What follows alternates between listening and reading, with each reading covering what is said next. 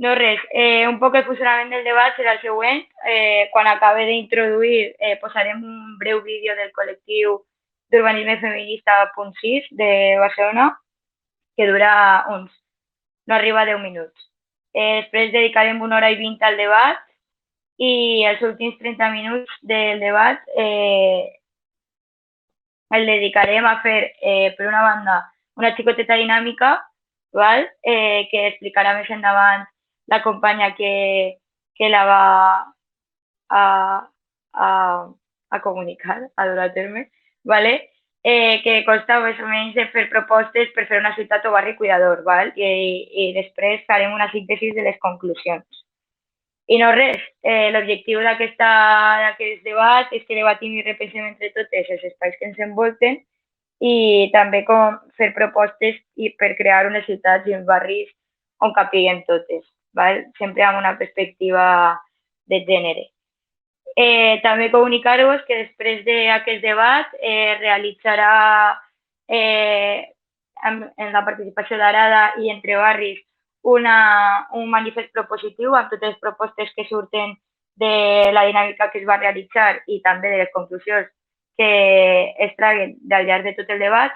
Realitzarà un manifest propositiu que es farà públic i en el que se materialitzaran pues, totes aquestes propostes que vaig a sortir al llarg del debat. I després pues, n'hi haurà una possible baixada a altres col·lectius de barri. Val? I no res, tornar a agrair la vostra col·laboració a totes i res, donem pas al vídeo, val? Així és.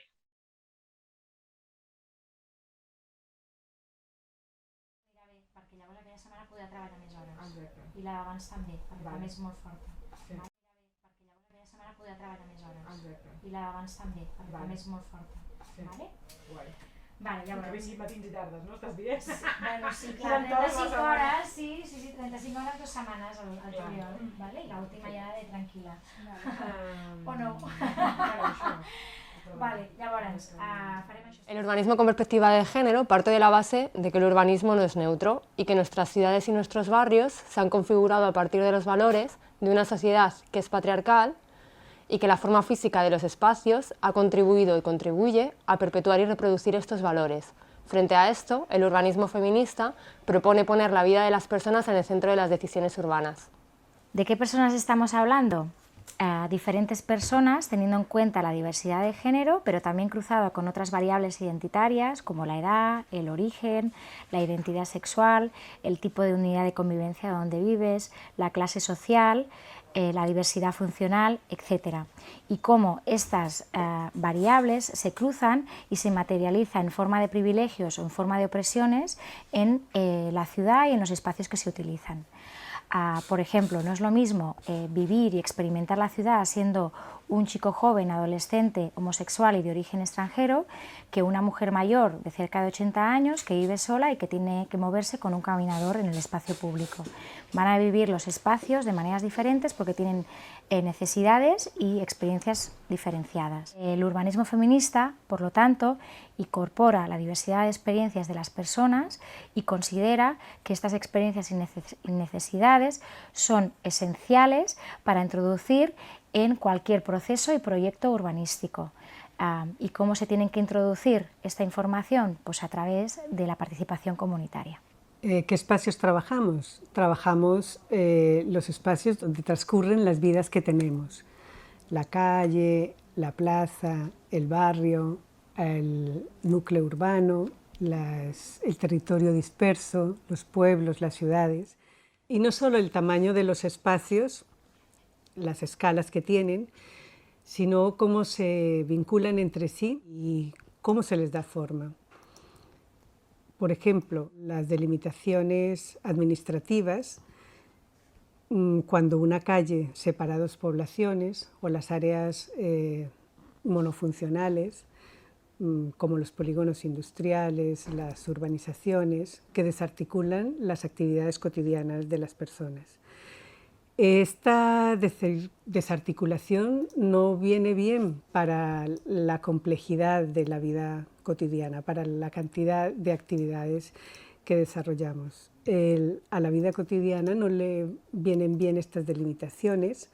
Las personas, la vida que tenemos necesita, traza redes cotidianas complejas y necesita de espacios que puedan apoyar, cuidar, relacionar las actividades que hacemos, tanto si vienen de la esfera propia como la comunitaria, o si son parte de los trabajos reproductivos y productivos que tenemos. Por eso nos interesan los espacios que en sus cualidades hablan de lo doméstico, lo comunitario i lo públic. La vida de les persones es pot millorar a través de l'espai si es té en compte les seves necessitats derivades de la vida quotidiana i sobretot com satisfer-les, aquestes necessitats, a l'espai. Les nostres ciutats, els nostres barris i els nostres pobles han estat pensats a través d'una lògica econòmica, que el que ha prioritzat són els desplaçaments a través del vehicle privat, ha creat unes grans àrees homogènies al llarg de tot el territori, que només ha fet que alimentar un sistema capitalista que ha formalitzat el territori i les ciutats d'aquesta forma. Els espais que tenen en compte les necessitats de la vida quotidiana són aquells espais que permeten la cura pròpia i la dels altres, fomenten espais d'intercanvi i d'ajuda mútua i generen comunitat. No hay fórmulas mágicas para saber exactamente cómo tienen que ser los espacios desde esta perspectiva, porque no se puede replicar exactamente. Nos tenemos que acomodar a cada contexto territorial y a cada población, pero sí podemos hablar de 5 cualidades urbanas. Hablamos de la proximidad, aquella cualidad que te permite que todo quede muy cerquita de casa, que puedas ir caminando a pie o en transporte público.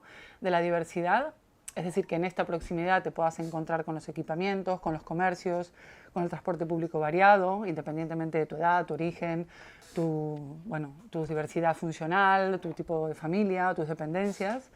También con la autonomía. La autonomía es una cualidad que tiene que ver con la accesibilidad universal y sobre todo con la percepción de seguridad, con que puedas utilizar los espacios de forma segura, libre, a cualquier momento del día.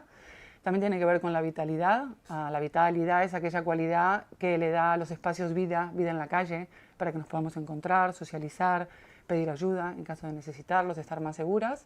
Y también tiene que ver con la representatividad. La representatividad está relacionada a la participación en las decisiones urbanas, en las decisiones de cómo tiene que ser tu barrio, pero también está relacionada a que se tenga en cuenta la historia, la memoria. Y aquí, fundamentalmente lo que nos interesa es que se valore y se visibilice la historia de las mujeres y todas nuestras aportaciones a la sociedad. Nosotras hablamos de urbanismo feminista y no solamente urbanismo con perspectiva de género, porque si bien el género es una herramienta analítica que nos permite visibilizar las diferencias en el uso de los espacios por el hecho de ser mujeres y ser hombres y las tareas, estereotipos y roles que se le atribuyen a cada uno, nosotras vamos un paso más allá y analizamos cómo estos roles de género influyen y tienen implicaciones directas en las decisiones urbanas y apostamos por transformar la sociedad a partir de repensar los espacios, porque consideramos que los espacios también contribuyen a reconfigurar las realidades.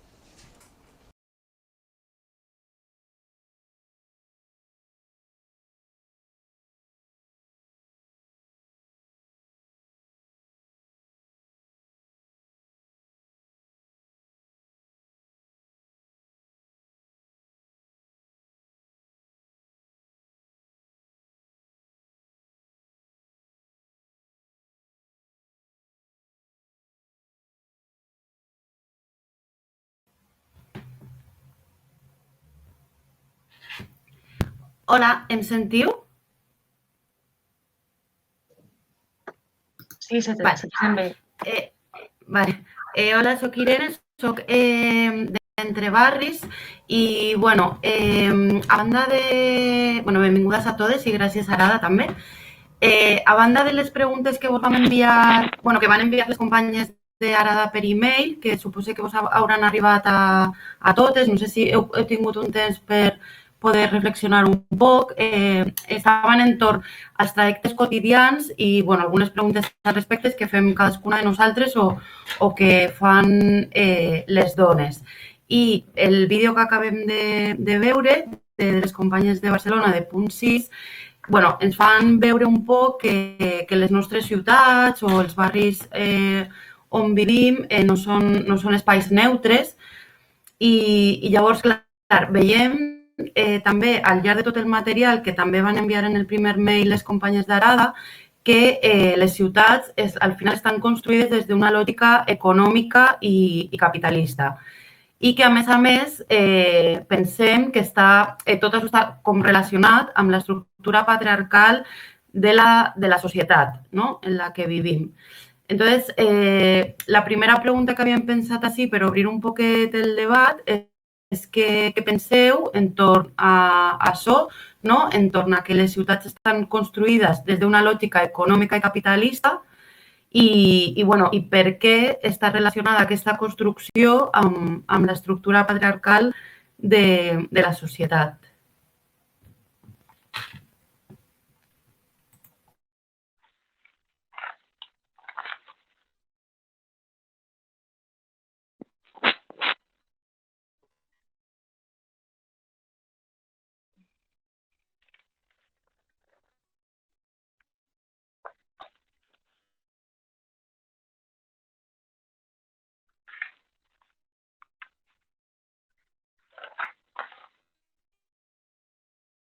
Vale. Bueno, se me sé, comencé yo, si no, a respondre, per començar un poc i vos anime també a que fluya un poc el debat. Vale, jo pense, al llarg del material, no? Pense que l'estructura econòmica i l'estructura patriarcal que hi ha en la societat té relació amb com s'ha mercantilitzat, no?, l'espai públic. Com aquesta mercantilització de l'espai públic té a veure amb que l'espai públic està dominat al llarg de la història pels subjectes masculins, no? I com aquesta relació econòmica i heteropatriarcal s'ha situat en el centre de lo que ve a ser el disseny territorial de les ciutats, no? I això sí que té una influència directa en les nostres vides quotidianes, en tots els trajectes que nosaltres realitzem dia a dia.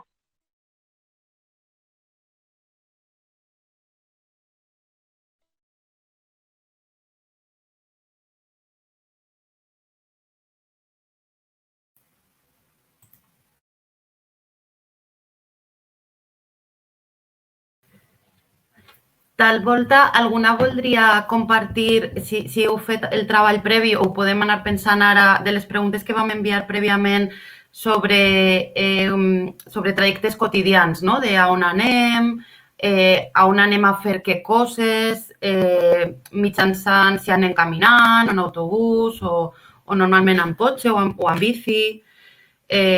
No sé, alguna la voldria compartir, si ha fet un poquet aquestes reflexions?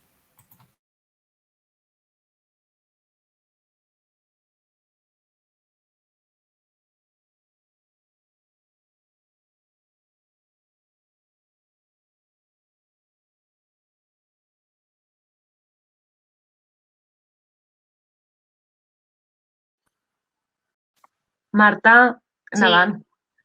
Vale, és que no sabia si me sents, no sé per on, si per ací o per on. Vale. Bueno, pues jo m'anime perquè tenia mogolló de ganes, perquè és una zona que travessa moltes nits i que ha canviat el meu camí de tornar a casa des de l'entrenament. Jo faig waterpolo en la piscina de la UPV i me'n vaig a casa a l'avinguda del Port. Normalment el que fèiem era travessar per la Universitat de València i ara, com sabeu, des de fa un temps l'han decidit ballar tota. I el campus d'Economia, o sigui, com el campus de Tarongers. I sempre me passa que em dona molta ràbia, no? Sí que és de veres que era una zona, no sé si entre la zona de de Hondures i tal, i Tarongers, no? Era una zona que estava molt fosca, que sí que és de veres com que pues, fins i tot feia por passar a soles per alguns dels parcs, etc., quan eixien d'entrenar, que abans del Covid era a les 12 de la nit.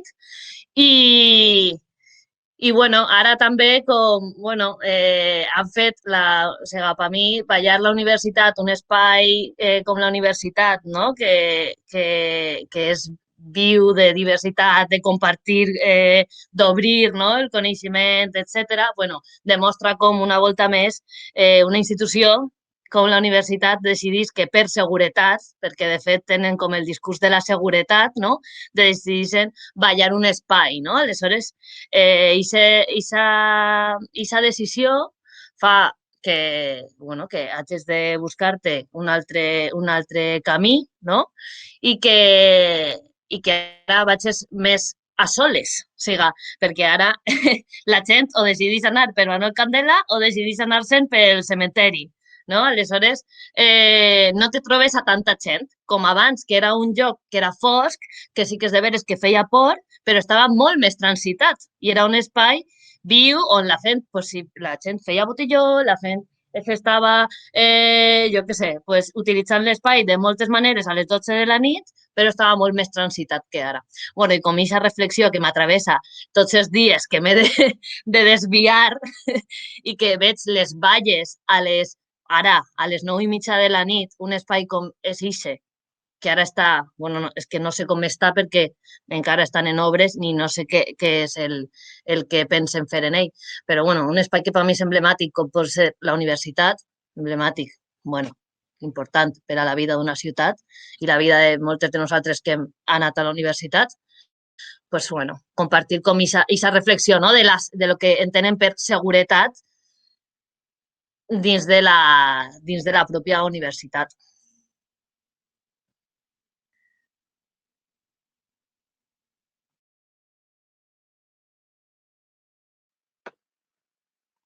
Rosa, si vols. Sí, a veure, el que has dit, Marta, penso que és superinteressant per el tema de com ens sentim segures en els trajectes que fem.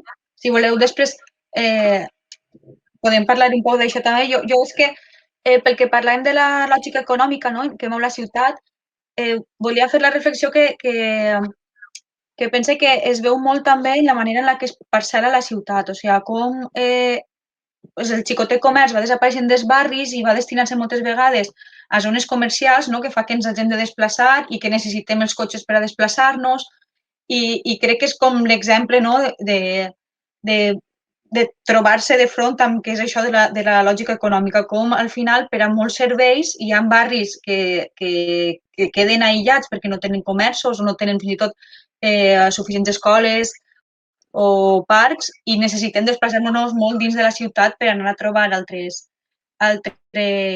espais que suplisquen aquesta mancança, no?, de la falta de teixit veïnal i de teixit comercial que tenim als barris. Aleshores, fer un poquet d'aquesta reflexió perquè pense que això fa que la ciutat dels 15 minuts, que moltes no la tinguem al nostre abast, que fins i tot per anar a comprar coses bàsiques hi ha gent que s'ha de desplaçar molt, no? I això es veu en molts llocs i fins i tot en els espais que s'estan projectant ara en la ciutat. Jo entrava avui pel sud de València i em fixava en les finques que s'estan fent per ahir darrere de la Fe i aquestes persones que estan rodejades per la via del tren i separades per el riu, o sigui, per anar a fer qualsevol desplaçament en la seva vida necessitaran agafar el cotxe i no podran eixir mai de casa caminant, no? I aleshores crec que aquesta lògica, per molt que aquesta lògica capitalista i tal, que no té fre, no? És com que la ciutat va creixent sense fer una reflexió d'aixes coses, no? Es parcel·la la ciutat en zona econòmica, zona de residència, la zona de serveis, i era pues, un poc fer aquesta reflexió.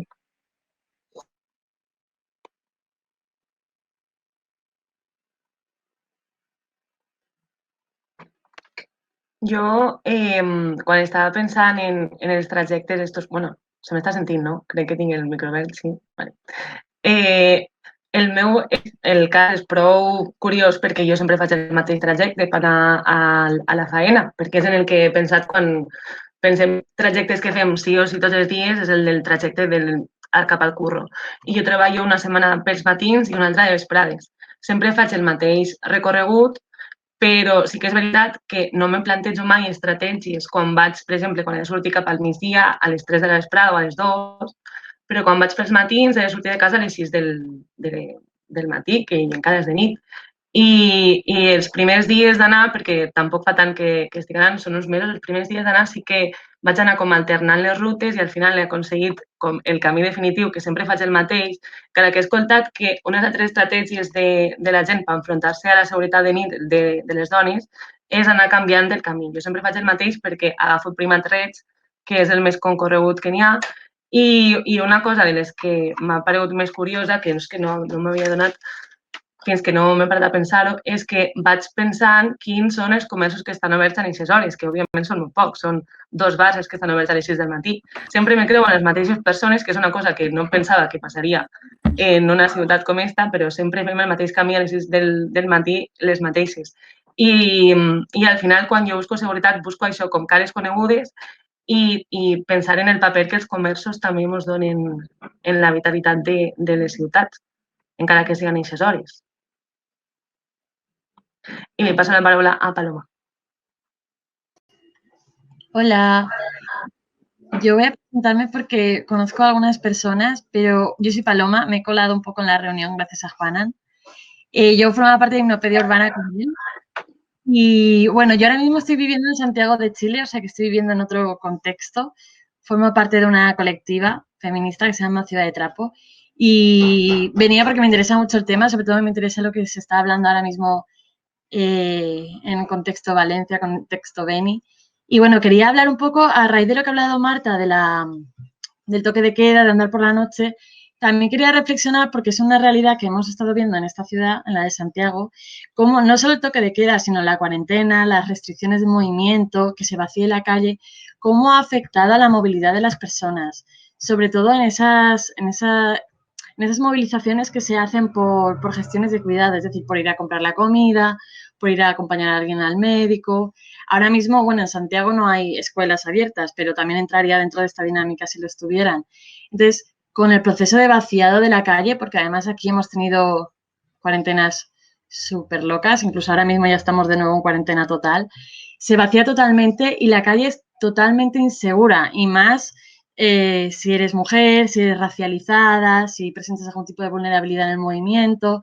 Entonces, me gustaría un poco lanzar esta reflexión de cómo, si ya es difícil movernos durante el día y por la noche, que se presentan estas situaciones de peligro, cómo la falta de personas que acompañen nuestros trayectos, esa falta de testigos, cómo suma vulnerabilidad al trayecto cotidiano, porque encima se tiene que hacer. Además, bueno, aparte, también se nota lo económico de cada situación en ese trayecto, porque aquí lo que se ha visto en la ciudad es como en los sectores más adinerados, porque la ciudad está súper polarizada, como en esos sectores la gente hace delivery, la gente teletrabaja, pero el resto de la ciudad, que sería un 80%, sigue teniendo que salir, incluso saltándose las medidas, porque tiene que trabajar de manera informal, porque tiene que ir a comprar y no puede permitirse el delivery. Entonces, cómo la cuarentena potencia la vulnerabilidad que sentimos en estos movimientos y cómo la ciudad no nos cuida, me parece que es súper importante. Quería dejar esta reflexión para sumar un poco al debate. Paso el turno a Ale.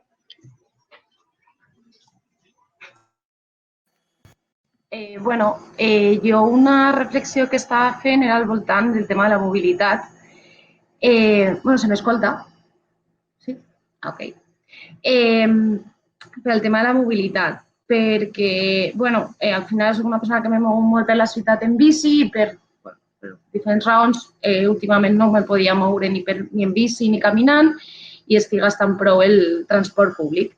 I em sembla molt curiós com per anar a la feina, que he de travessar pràcticament tota la ciutat, de seguida a Patraix, tinc milers d'horaris d'autobusos, tal, tot i que dono molta volta, però puc anar més o menys ràpid i fàcil a la feina, però si em vull moure en caps de setmana per al meu oci, aquests horaris són moltíssim més limitats, fins i tot, potser perquè l'horari me quadre de caminar més i com pues això, no? La lògica capitalista diu que per anar a la feina pues, sí que me poden ficar aquests mitjans, però bueno, per al meu oci i temps lliure pues, he de perdre molt més el temps.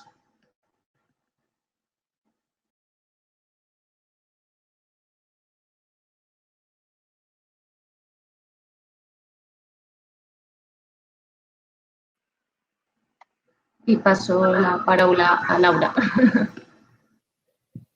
Ai, hola. Bueno, jo estava pensant això en els trajectes i en realitat tinc la sort de treballar en casa moltes voltes i no faig tants trajectes, però sí que treballo en pobles i una cosa que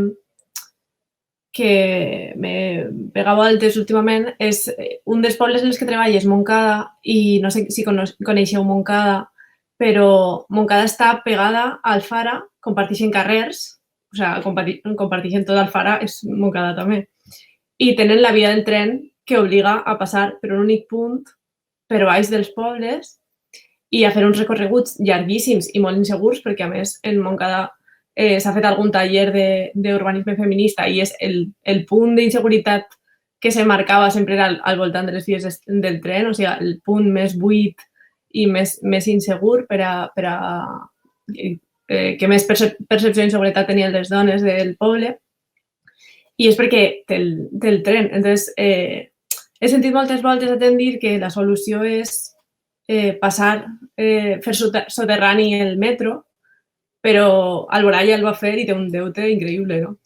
Entonces, això me fa pensar molt últimament en que jo no ho he viscut, però Benimaclet també tenia un tren que tallava el barri en dos i que se va fer tramvia, no? O sigui, quin és... O sigui, un poc per valorar, no? El que va guanyar Benimaclet com a barri solucionant un poc aquesta barrera que ara és superevident per a nosaltres, que és un tramvia i que podem creuar, però que abans era una frontera que ho impedia. I una altra cosa que me crida molt l'atenció en els pobles és el tema del soroll, no?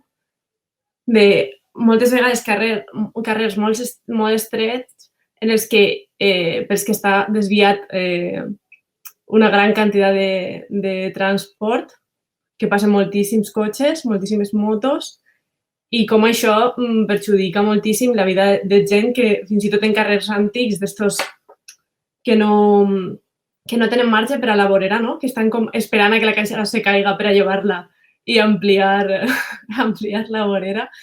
Hi ha gent major que no pot ni eixir de casa perquè no té vorera directament, no? I aquestes dues coses.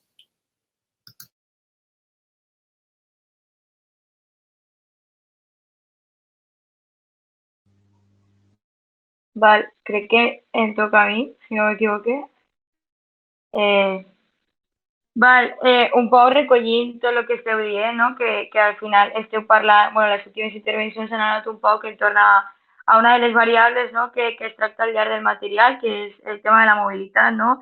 Que també, en realitat, les variables tenen relació entre elles, no? La mobilitat té molt a veure en els equipaments que estava parlant Laura o Ale, no? De la relació que tenen, per exemple, els transports, per exemple, els transports públics són determinants al final de la qualitat d'aquests trajectes i de la qualitat de la vida i de les rutines quotidianes, no?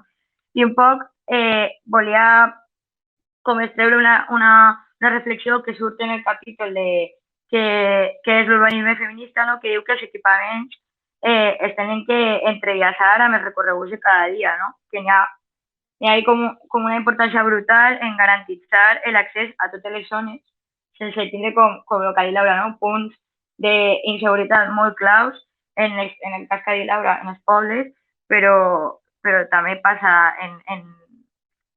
sol passar en les zones menys urbanitzades, però també passa en les zones urbanitzades, no? Entonces, per llançar una pregunta arrel del tema de la mobilitat és que si creieu que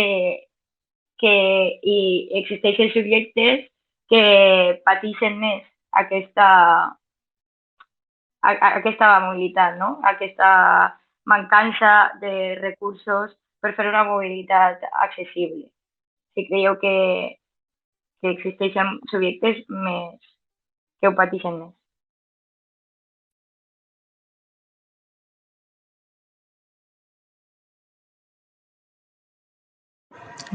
Hola.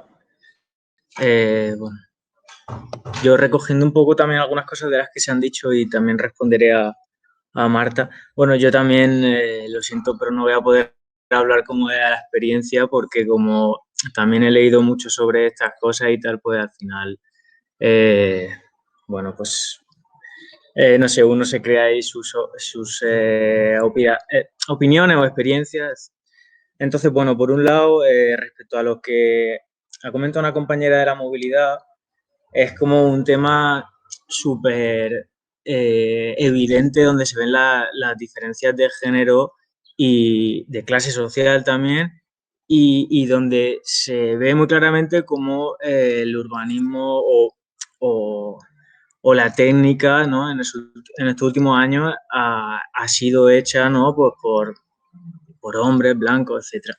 Hace poco tiempo, o sea, hace cosa de menos de 5 años o así, se ha empezado a trabajar en los estudios de movilidad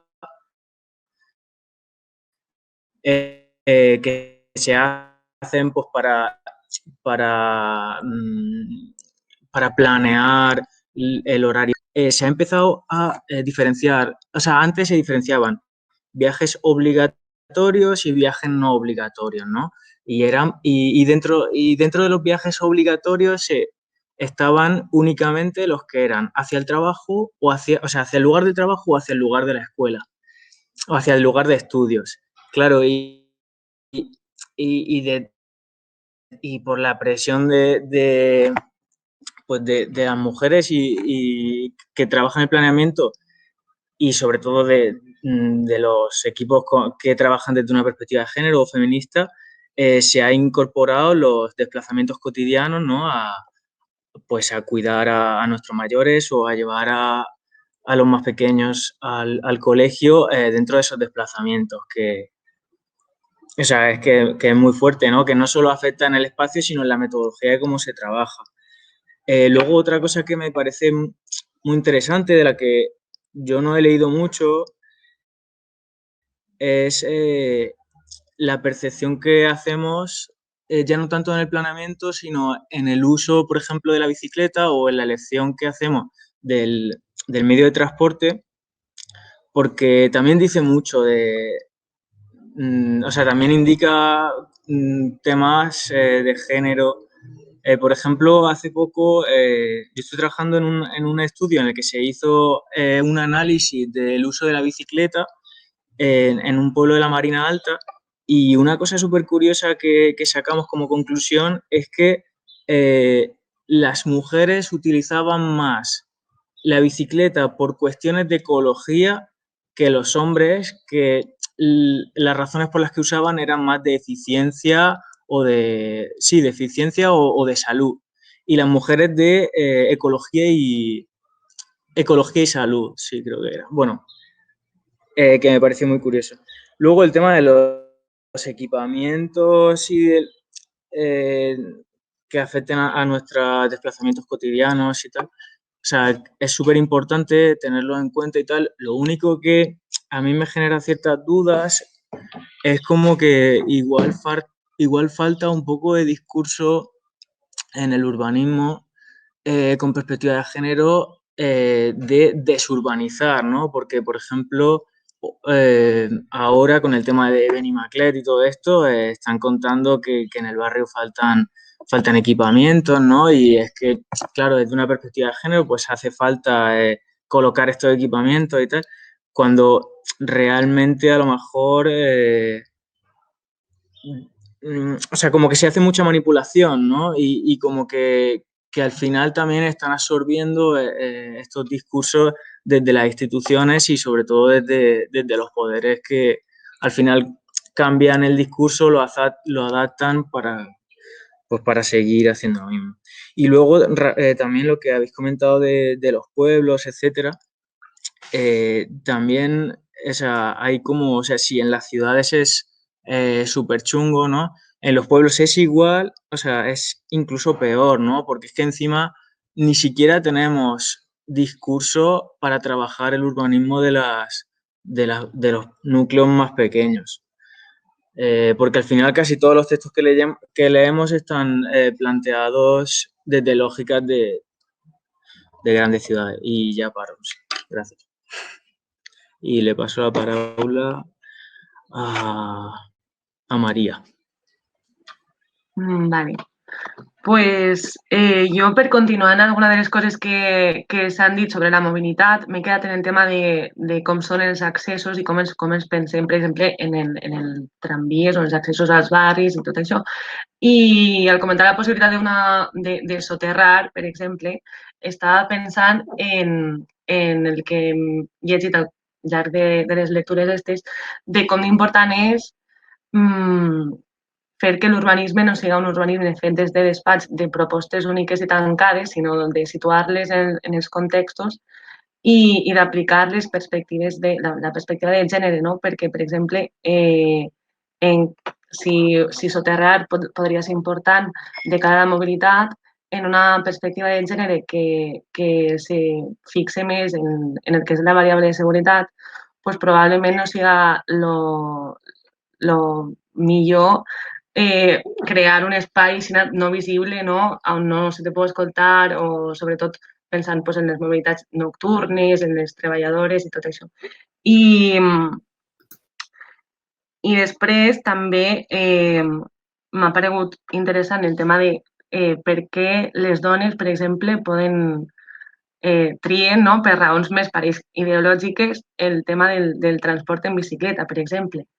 I no sé si això és complementari, però també ho podríem mirar des d'una altra banda, que la mobilitat de les dones en general és més sostenible perquè gasten més transport públic o bicicleta o a peu, però probablement també per motius més materials i econòmics, no? Per la feminització de la pobresa. I ahí també estaria contestant un poc a quins són els subjectes que més pateixen les desigualtats de mobilitat, que són dones, però també m'agrada prou, per exemple, les lectures del col·lectiu Punt 6 del llibre, que no s'obliden de la perspectiva interseccional també, perquè són dones, però són dones les que pateixen també més per la seva condició de classe, també són dones racialitzades i pobres que al final no és només de la mobilitat en el que estan perdent el seu dret a la ciutat, sinó també probablement per aquesta causa, per estar en barris més perifèrics o que no tenen tanta connectivitat en zones d'oci o de cures d'esplai, perden el seu dret a la ciutat. I ja està. I Núria, te toque. Res, i més aprofitant el que ara tu has dit, no? Jo vaig estar durant una etapa de la meva vida que anava a currar a Nazaret i per anar a Nazaret n'hi ha uns autobusos que, no sé, són uno cada hora o cada 45 minuts i només del centre de la ciutat o de Blasco a aquest barri, no? I ahí es visibilitza, no? Que la gent que habita aquest barri o aquests espais allunyats o que no interessen que estiguen interconnectats amb el centre de la ciutat quan han d'anar a fer qualsevol cosa a una altra part així de València, no? És com anar a València, com que no està integrat dins de l'entorn i com que és supercomplicat fer aquest recorregut i ahí no està clar que és per una qüestió de qui habita allà i qui viu i les característiques del barri, no?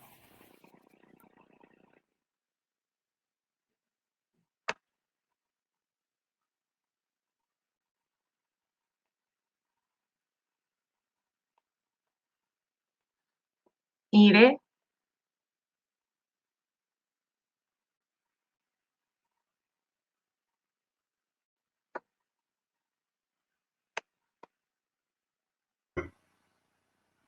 Irene, et toca? Tens el micro desactivat.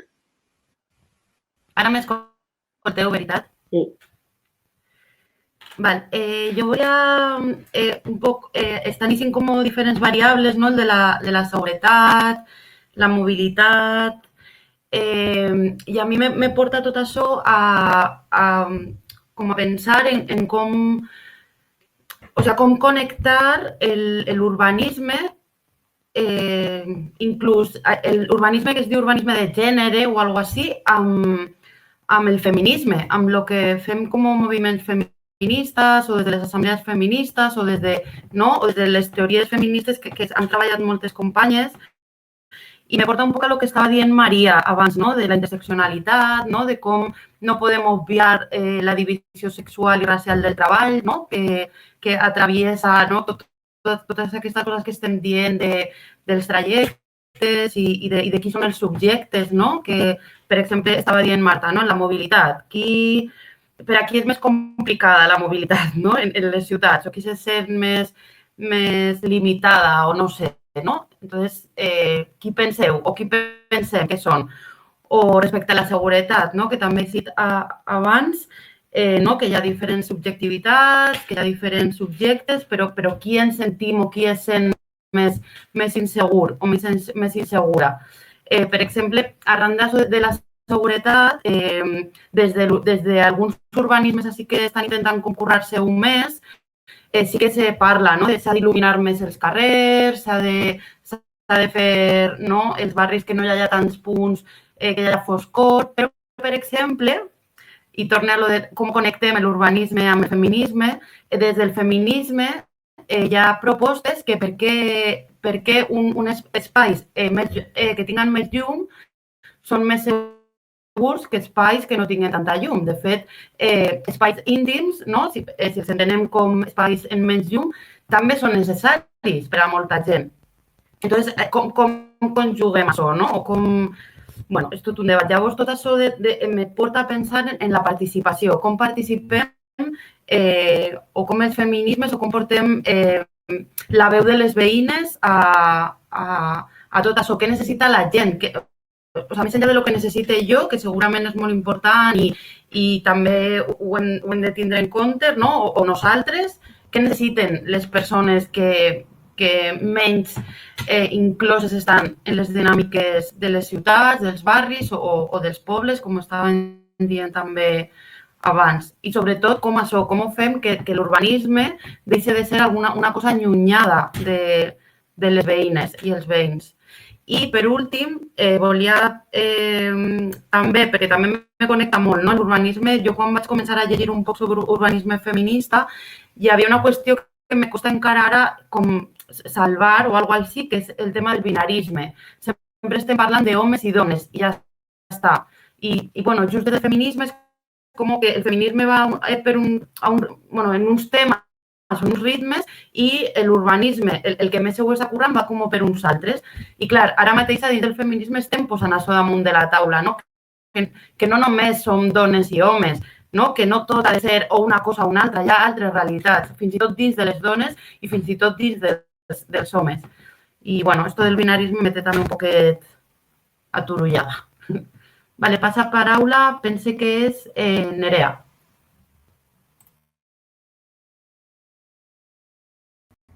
Vale, jo vaig a intentar també continuar en la pregunta, no? De qui pateix més la mancança de recursos.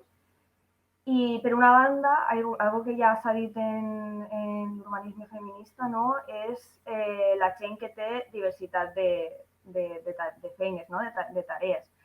A mi ara mateix em passa que quan he reflexionat sobre on vas tots els dies, és veure que quasi tot és per temes de feina, però vaig a molts llocs, perquè ara mateix la meva feina és un poc precària, no?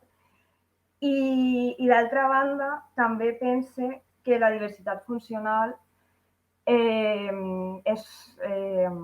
fa que siga també molt més complicat, perquè, per exemple, en el tema del transport públic, no només depèn de com està organitzat el transport públic, sinó que sempre n'hi ha un plus de complexitat. Per exemple, no només tens que esperar l'autobús, sinó que, a més, no saps si aquest autobús va estar adaptat o no.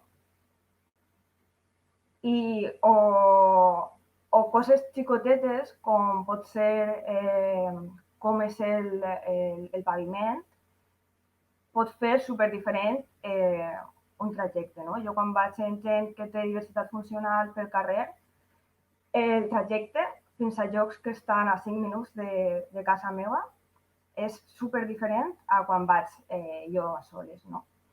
I això sempre m'ha fet pensar molt, encara que València he de dir que ha millorat molt en aquest aspecte. I, a veure, d'altra banda, també volia puntualitzar el tema de la bicicleta. Em pareix un tema superinteressant. Jo sempre vaig en bicicleta i m'ha donat moltíssima llibertat. Faig coses que no podria fer si no anara en bicicleta. I crec que, a més del tema econòmic i ecològic, també és una ferramenta de seguretat. És a dir, si jo vaig a algun lloc que em fa por, si vaig en bici, probablement no me va fer por, o sigui, vaig més segura. I, de fet, hi ha associacions, jo conec el cas d'una associació a la Índia, que el que fa per a resoldre temes de violència masclista és precisament donar bicicletes a les dones. I això em pareix molt representatiu. I què més tenia per ací? Molt breument, crec que el tema de la participació és molt complex, o sigui, és un tema per a obrir. Jo vull matisar que crec que és molt important per a fer l'urbanisme proper, no només llançar propostes i estudis, sinó que la gent pugui començar a veure que se'ls fa cas.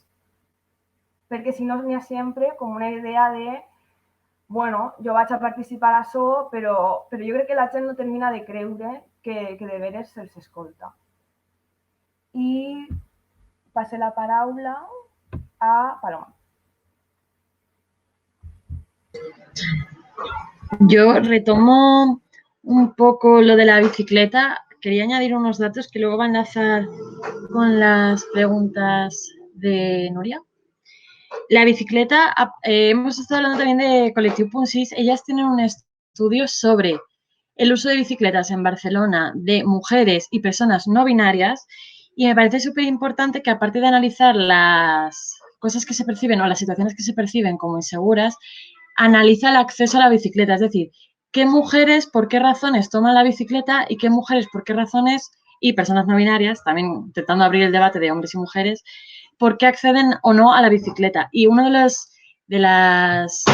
los grandes factores que facilita el acceso a la bicicleta es el tema de las cargas familiares en el movimiento. Es decir, si tú vas con tus hijos, pues quizás no sea lo más adecuado o quizás sí, pero hay un tema del miedo.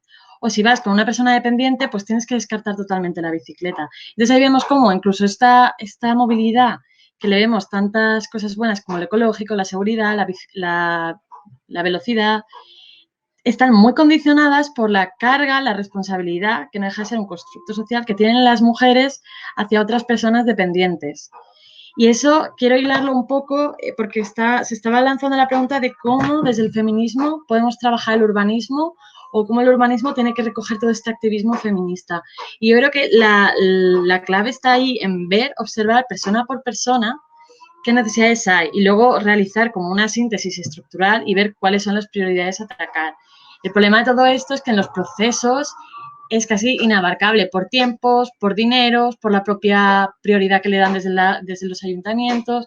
Entonces, siento, esto ya como a nivel de experiencia personal, que el urbanismo feminista solo se puede trabajar si vamos barrio por barrio intentando ver qué cohesión social hay entre los vecinos y apoyarlo y hacer todo tipo de actividades para también incluso dar el conocimiento de qué es el urbanismo, de cómo lo podemos mejorar y así que el urbanismo no solo se quede en la calle, sino que pase a la vivienda, que aparezcan espacios intermedios entre la calle y la vivienda para que la gente también tenga otros espacios de encuentro, de apoyo, porque al final, bueno, esto voy a ir un poco también desde mi propia visión del urbanismo y del feminismo.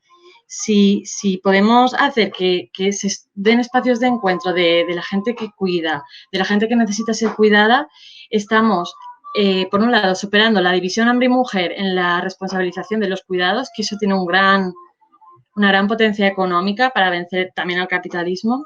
Y por otro lado, estamos haciendo un espacio que represente y al que la gente pertenezca, da igual a qué género pertenezca, a qué género en qué género se sienta representado.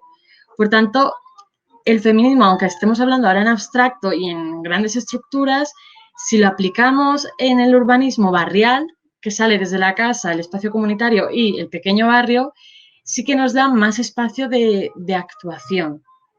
Entonces, esto era un poco respondiendo a Nuria su pregunta de cómo hacer el urbanismo que deje ser lejano al feminismo. Yo creo que es eso, escalas barriales para no perdernos en tanta macroestructura. Y ahora le dejaría la palabra a Marta. Val, moltes gràcies. Pues, clar, o sigui, jo veig que estem ahí entre... O sigui, veiem com el que estem parlant ara no és un clar exemple de com totes les variables estan relacionades entre elles, no? Em pareix superinteressant el tema de la bicicleta perquè, no sé, l'altra companya que estava dient-ho m'ha paregut superinteressant perquè a mi em passa, no? També que agafe la bicicleta perquè hi ha trajectes al millor de nit que els passe més ràpids i això pues, me dona menys por. I respecte al tema de la participació en la vivenda, em pareix superinteressant, no? Com poder plantejar una participació real des d'una perspectiva de gènere. I jo penso que també pot ser el començament d'estiga, pot ser, perquè no ho sé, però pot ser el començament d'estiga a nivell local, no? Com has dit, a nivell de barris, no? Un exemple que jo recorde perquè vaig anar amb algunes companyes d'Arada, no? A fer la xarxa de cures de Benimaclet, va fer l'any passat, sí, no? L'any passat crec que va ser, un procés participatiu dividit en diverses fases amb les persones del barri de Benimaclet, no? Tant persones que venien de col·lectius concrets com a persones veïnes del barri de Benimaclet, no? I ahí se va fer com un mapeig de pues això no de quins trajectes, quina era la mobilitat que fèiem, si coincidia l'eficàcia dels tempos amb l'eficàcia dels recorreguts, no? I tot això. Entonces, no sé, ¿se vos ocurre de quina forma pueden juntar o llegar el tema de la vivienda al tema de la participació ciutadana? Ja sé la pregunta un poc, perquè com ja he dit, sí, de fet, quasi han dit totes les variables del que parla l'urbanisme feminista i no sé, com que a mi també em genera un poc d'inquietud, no? Com transformar les vivendes en espais on se puguen intercanviar relacions entre veïnes, no? I on se puguen donar processos de participació en aquest cas local. Bueno, ja és un poc la pregunta per a veure què passa.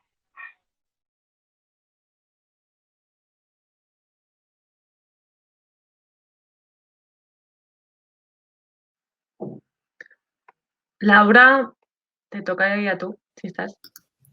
Sí, estic. Me sentiu?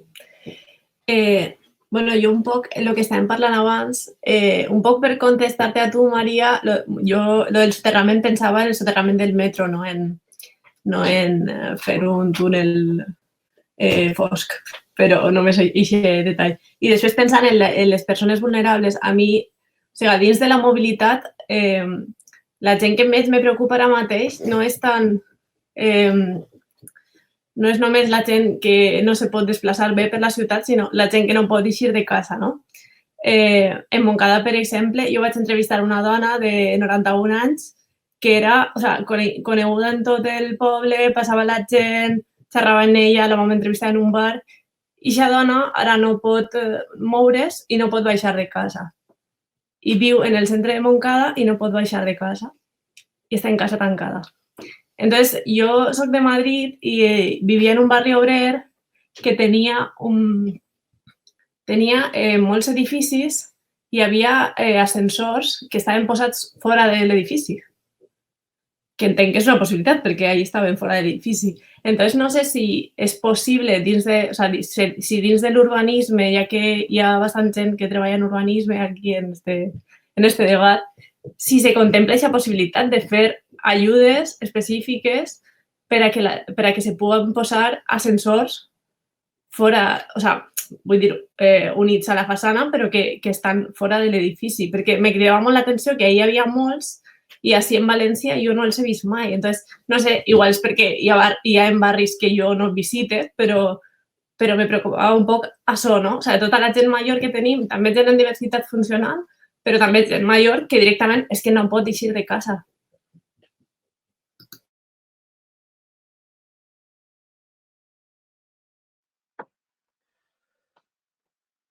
Jo crec que podríem intentar, des de les propostes de l'urbanisme feminista, també contestar a això, perquè no crec que siga un urbanisme que se fa només per a les dones, no? Igual, l'horitzó de l'urbanisme en perspectiva de gènere hauria de ser canviar la perspectiva de no volem una ciutat per a les dones o la dona, un model de dona, sinó volem una ciutat en què treballem per la sostenibilitat de la vida en contra de lo patriarcal i capitalista que és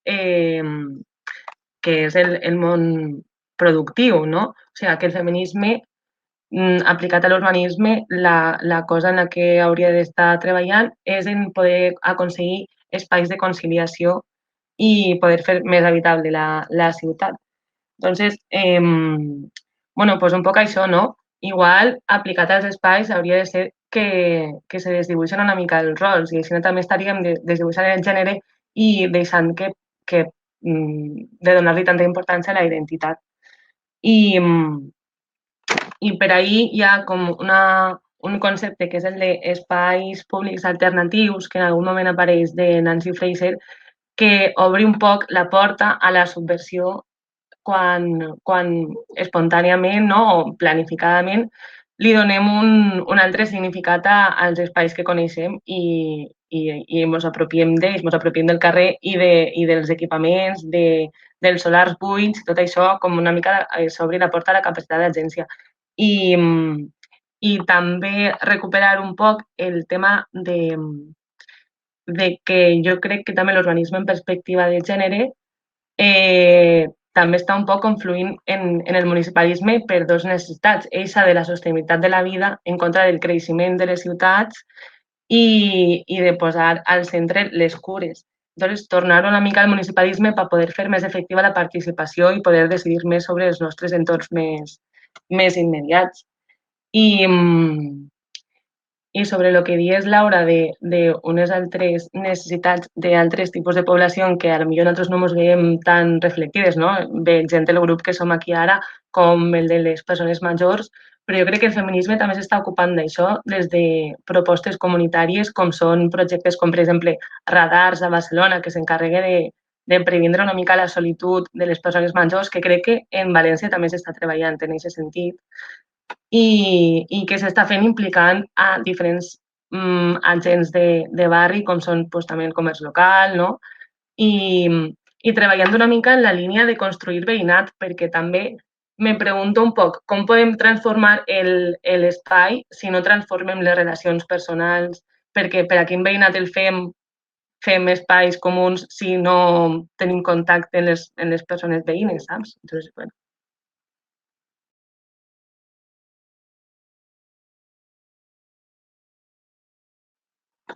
Ahí le paso la palabra a Ruth.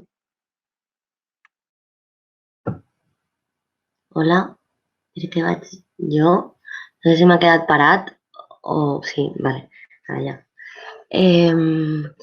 Pues just el que volia dir està lligat amb el que acaba de dir Maria, no?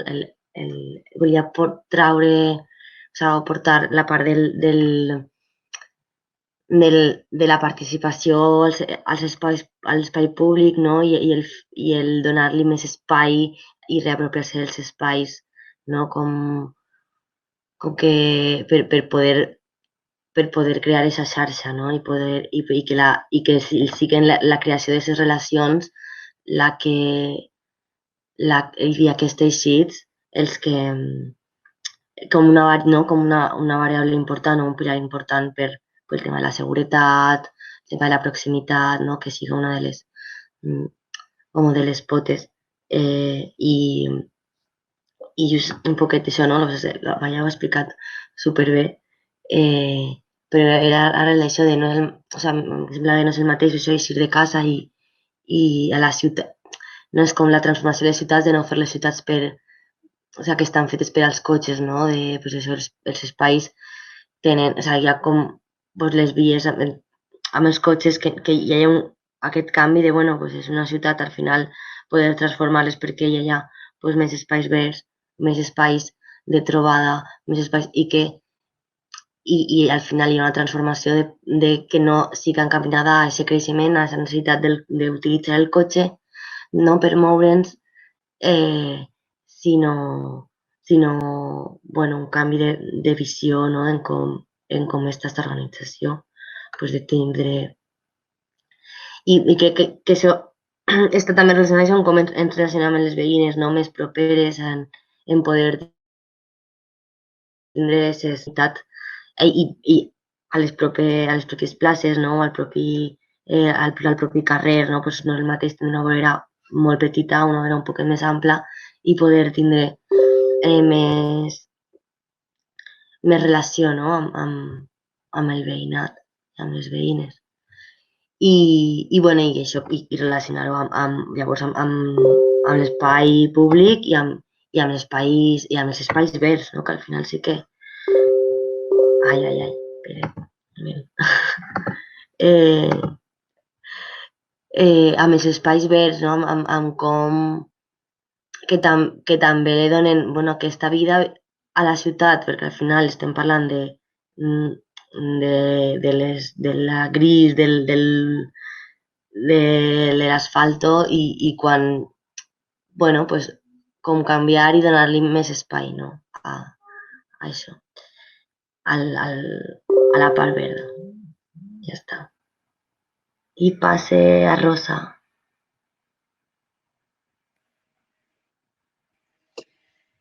Jo volia fer una reflexió. Bueno, primer dir que ja fa molt de rato Maria ha dit una cosa que m'ha semblat molt interessant i és que en els barris perifèrics es perd el dret a la ciutat. I no sé, pense que és una frase per a pegar-li moltes voltes. I després, respecte a l'espai públic, no, que estàvem dient, això de reprendre l'espai públic, em sorgeix també el dubte i el debat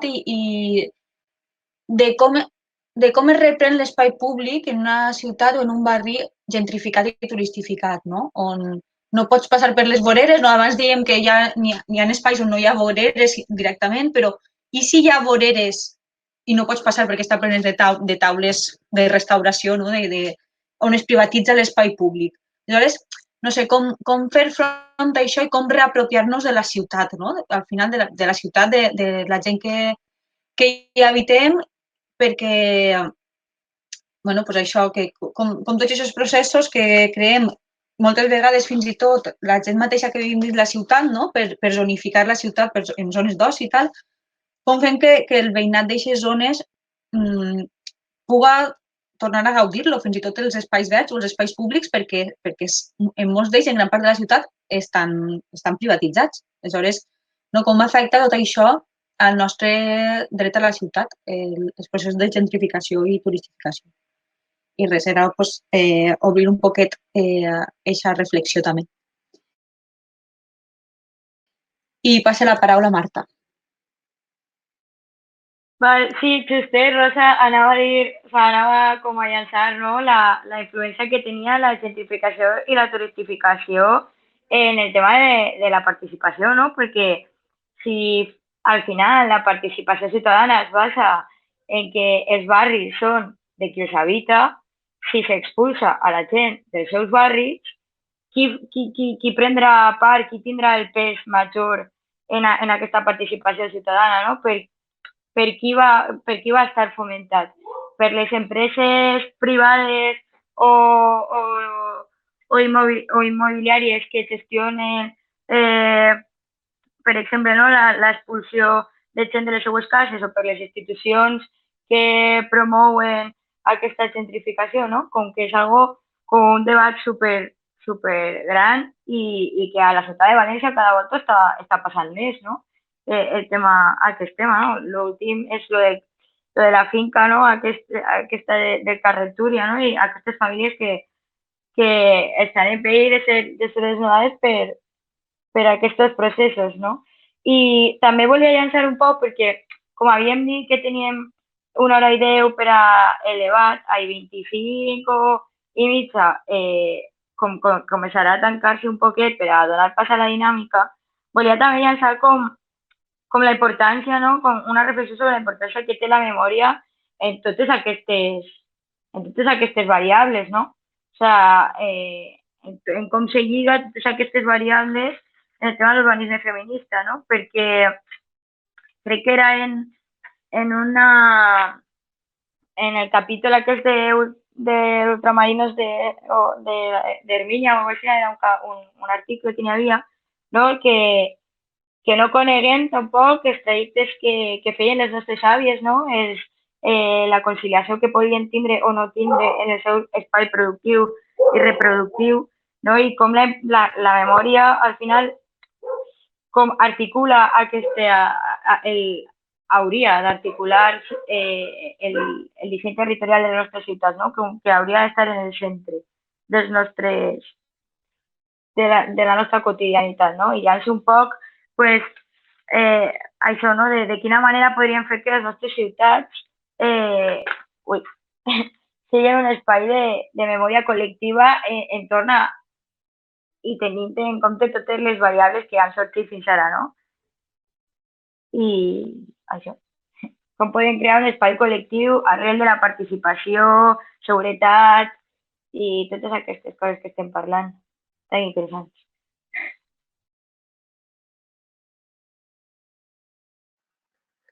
Ara me tocaria parlar, però Neus, si vols parlar tu, perquè jo m'he quedat aquí pensant un poc.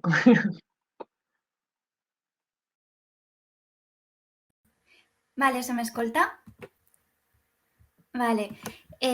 Bueno, en realitat no sé de quin tema parlar perquè és que tot m'ha resultat super suggeridor, però a fil de l'últim que plantejava Marta, no lo de la memòria, sinó dels processos participatius i de com, si buidem els barris, quin és el veïnat que està representat, voldria recordar un procés que es va fer en Ciutat Vella farà 2 anys o 3 de processos participatius, de pressupostos participatius, perdoneu, justament pel descrèdit del moviment veïnal en aquests processos, la major representació era del lobby turístic i hostaler. Aleshores van fer una proposta que era, bueno, el seu plantejament era, ja que estem posant tots els ací i dignificant el barri, agraneu-nos ajuntament a les prostitutes, no? La gent que viu en el carrer, que també són veïnes, que viu i que treballa. Aleshores, ahir es va fer com... O sigui, encobertament, clar, la gent que estava dinamitzant aquests tallers van dir, ostres, però aquesta proposta és excloent, no es pot fer. I sense voler-ho, com que la van disfressar. I la proposta era, bueno, doncs fem un parc, o sigui, proposem un parc davant del nostre hotel per a que així per normativa s'haja d'agranar a la gent. Aleshores, bueno, no sé, ho planteja com això, com necessàriament hem d'enfortir els processos de reflexió sobre el disseny urbanístic des de la xarxa veïnal i des d'ahir fer pressió a les institucions, perquè, bueno, és que estic un poc abrumada ara de tantes coses. I després també... Bueno, ja està, passe paraula, perdoneu. És que estic agafant notes també i estic un poc... Això, passe paraula a Marta. O Maria, que me la... Vale. Gràcies. Jo estic ara amb la variable esta de la participació i tal.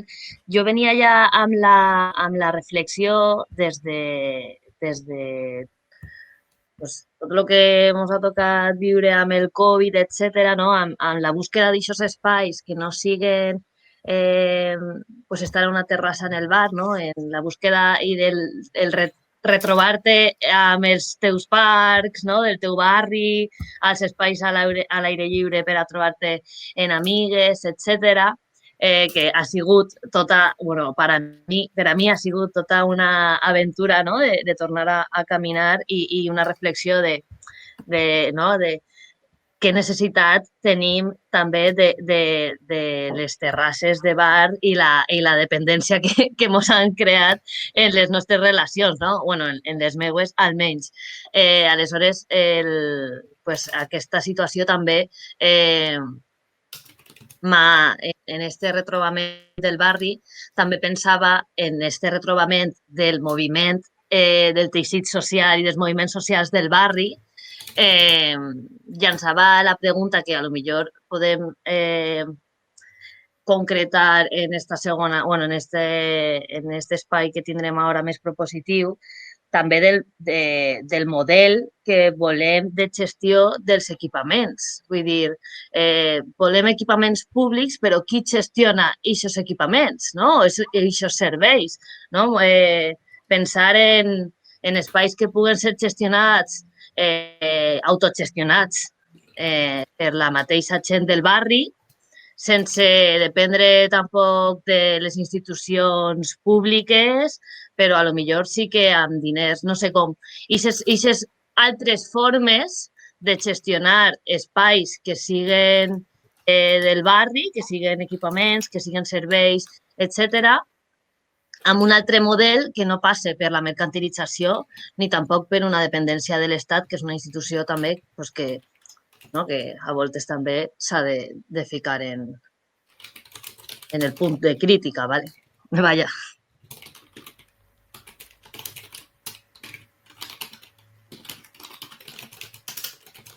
I passe la paraula a Maria. Vale. Neus, porfa, si pots apagar el micròfon perquè crec que és tu el... No? Vale.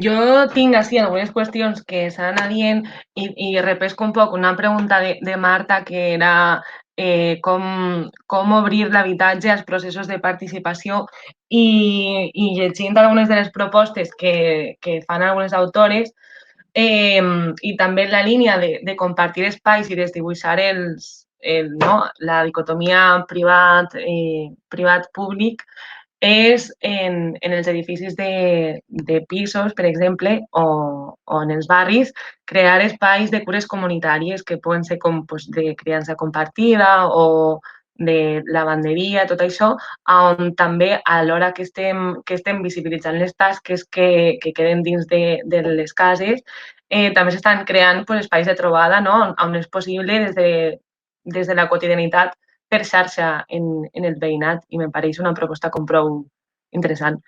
I després, sobre la memòria i la turistificació, no? Pues, no sé, ho penso com que des de la tendència a la gentrificació i la turistificació que se donen alhora, estem creant com uns espais d'uniformitat en totes les ciutats que el que fan és com augmentar la sensació d'estranyesa i de que les nostres ciutats són alienes a nosaltres, no? Que no les podem gaudir, no són per a nosaltres perquè són per al consum. I penso que front a això estaria bé recuperar un poc patrimoni, però patrimoni més sentimental o emocional de les nostres emocions connectades als espais que vivim, com els ocupem. I que això se fa també no només recuperant llocs físics, sinó recuperant les històries de la gent que habita els barris, que al final és el que fa que la història siga més singular, no? I entonces, pues, algunes de les propostes, per exemple, en el Cabanyal, un projecte que conec per una professora amiga, ja estan treballant en recuperar històries dels personatges del Cabanyal i posar com un QR que vaig explicant. Està enfocat cap als infants, però bueno, se pot aprofitar per a totes... Bueno, els infants també són part de les persones que habiten la ciutat, no? Això és un altre tema. Seria com recuperar històries de les persones del barri que són les que te conten com aquests carrers han estat habitats per aquest veïnat, no? I quina importància tenen la vida de les persones. I també un poc això, pues, pensar que quins són els espais que volem reivindicar i com ho fem. I en relació a la participació ciutadana, vull dir que no només sigui una proposta que caiga en saco roto, no? Que també les propostes que recollim, com per exemple en tema de memòria feminista, No estic segura del tot, però ho he tractat de buscar. Fa uns anys se va proposar que se canviaren els noms de les ciutats, que és una manera de les ciutats, dels carrers, que és una manera de fer memòria, i se va proposar tot un llistat de noms de dones.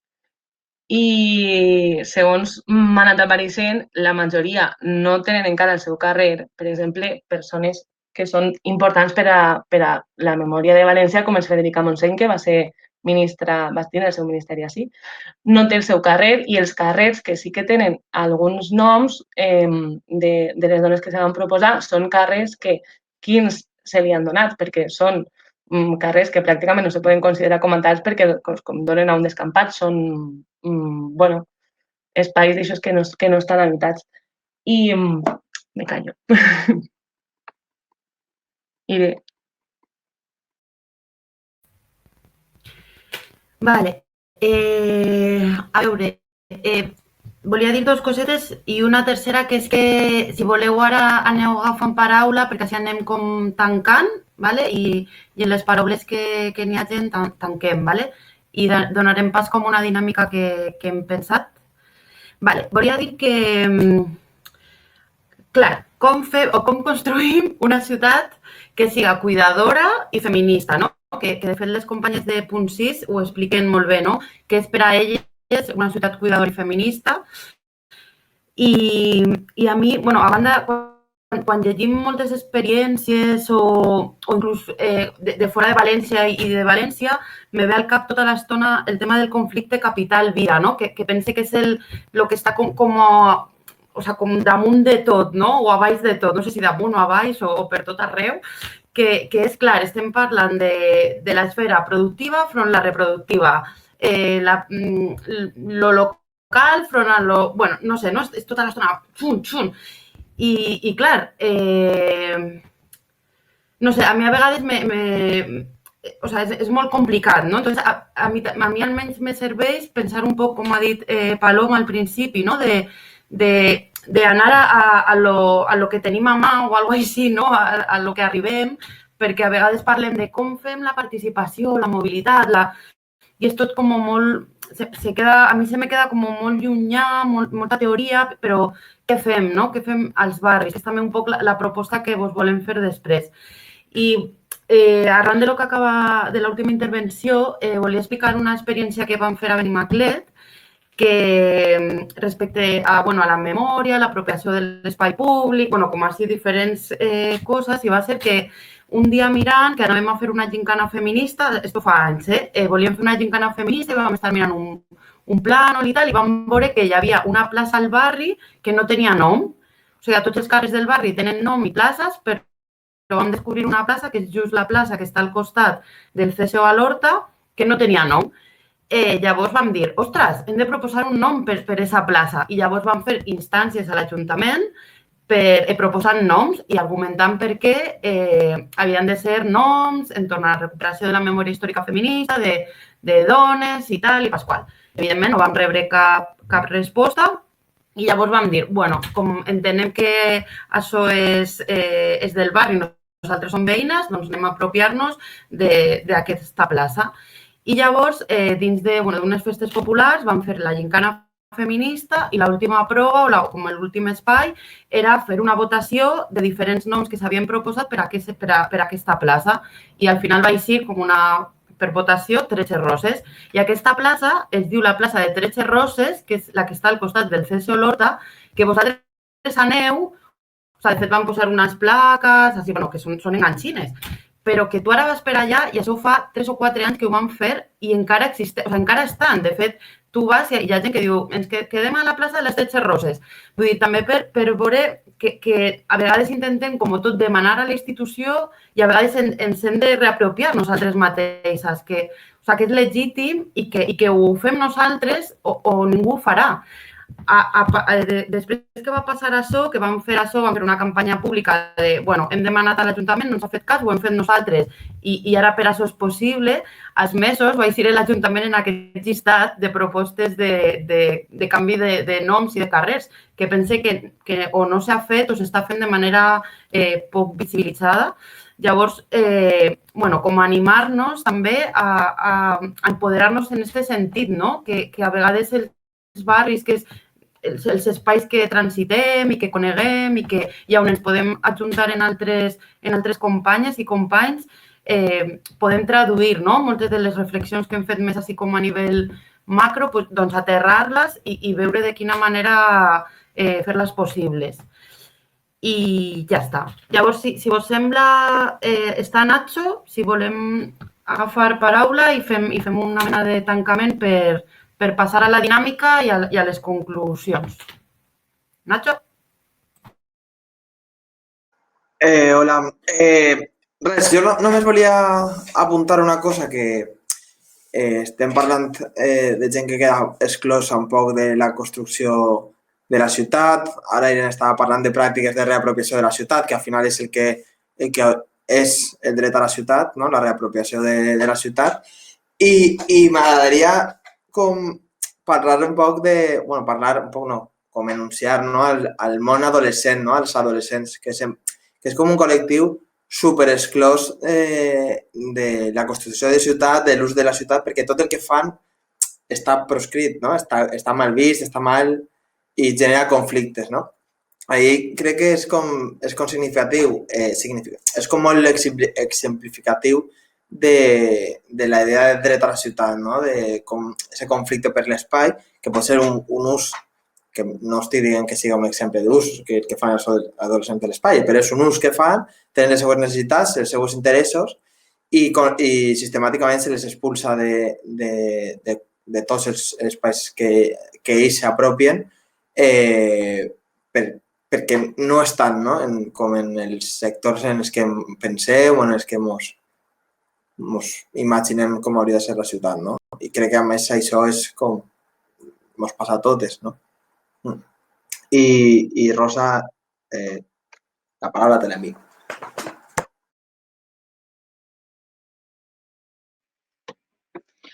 Bé, jo, escoltant parlant a Ire ara sobre aquesta intervenció en els espais que feren en Benimaclet, amb aquesta gent que deia això, m'ha vingut al cap altres exemples que s'han fet també en la ciutat per a un poquet fer memòria històrica, que potser, o sea, està bé repassar-los un poc perquè poden aportar idees per a fer noves coses, no? Com, per exemple, en les falles populars, en les fa poco, en les falles populars i combatives, sempre quan es feia el dia de l'ofrena, es passejava per Ciutat Vella col·locant taulells també amb frases, amb coses que van passar en cadascun dels punts, no? Pues en este lloc va ser expulsat tal persona o en este lloc es va plantar durant els anys de república, els anys de guerra, una falla republicana. Aleshores, també és una manera de fer memòria que s'ha utilitzat en la ciutat i que potser es pot pensar en més tipus d'actes així. I també volia comentar-vos que respecte a fer memòria i feminisme, també moltes vegades, per exemple, des de Rusafa durant la pandèmia, el que vam pensar també és que per tot enllaça un poc amb el que dèiem de quin oci tenim quan tanquen els bars, no? Quan van començar a deixar-nos eixir al carrer, l'única cosa que podíem fer era passejar i aleshores ens plantejàrem com podíem passejar i donar-li un sentit a aquest passeig. I ens vam proposar recuperar un poquet les lluites i reivindicacions històriques del barri, que moltes vegades fer memòria també és fer memòria de les lluites que han hagut al barri i que gràcies a això d'aquestes lluites venim nosaltres, no?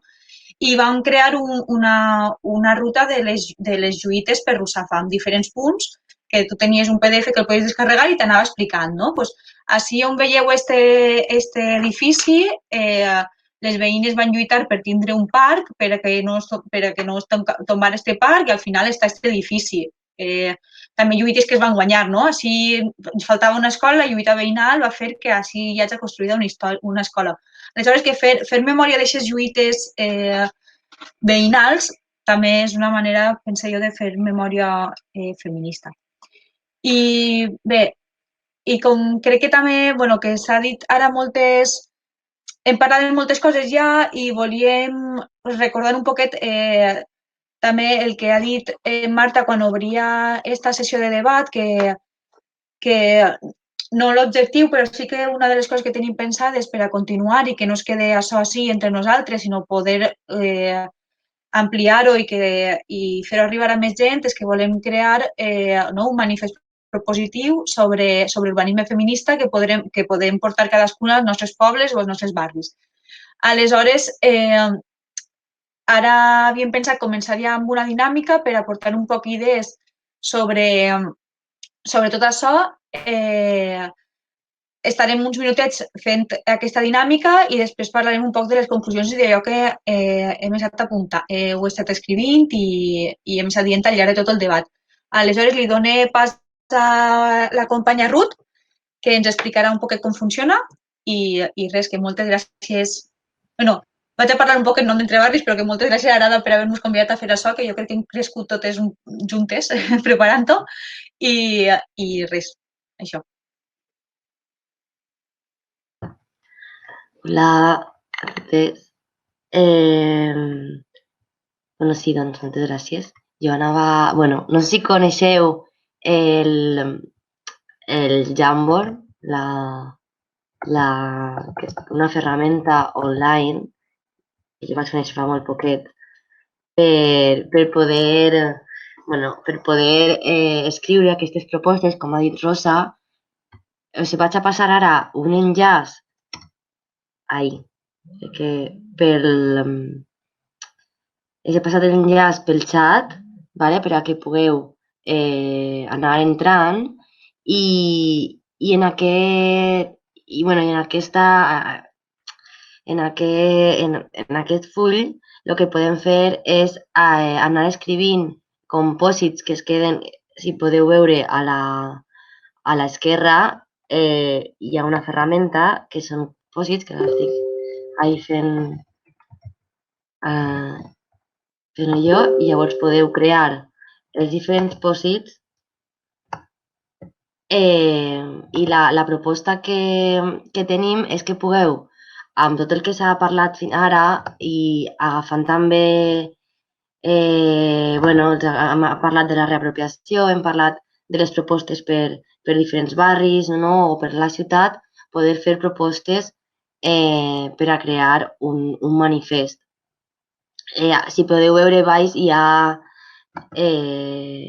algunes paraules que són les de memòria, seguretat, diversitat, medi ambient, habitatge, mobilitat, espais públics, participació, són les temàtiques, els dos ejes que hem anat parlant durant aquesta hora i mitja. I bueno, això, que us deixe ahí el full en blanc per a que puguem anar creant. Així també és una altra manera de participació avui, a més d'haver fet el debat així en paraula perquè es pugui escriure. I la idea és que pugueu, si voleu també les propostes que feu, també podeu posar sota, entre parèntesis, si és algun barri concret, si viu on viviu o que voleu fer alguna proposta d'algun barri concret per a, agafant un poquet també pel que he dit abans Marta, de que es puguen recollir des dels barris, de coses més concretes. Vale, ahí lo dejo. Si teniu alguna pregunta, dieu i podem... Veig que sí que estem ahí unes quantes connectades, no? Al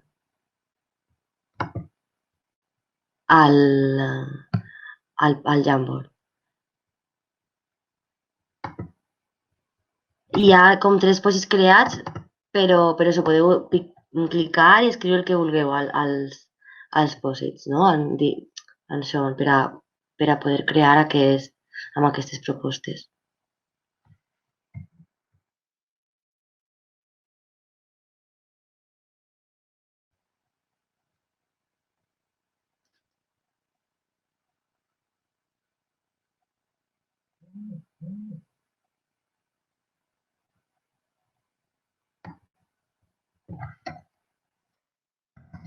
Vale, no vos asusteu que a lo millor posem algo de musiqueta, ¿vale? De fons, para amenizar un poquet el silenci.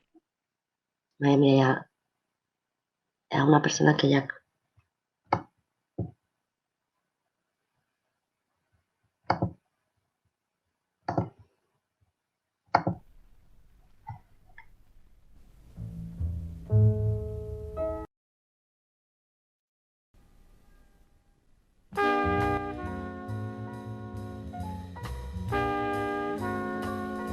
No tingueu por, es poden crear molts pòsits, saps? És una fletxa d'idees també per poder anar... Bueno, amb tot el que hem tingut fins ara, hem debatit, pues que es puguen eixir idees. És que jo no sé si ho estic fent bé perquè he escrit un post-it i li he donat a acceptar, però no el veig. És que...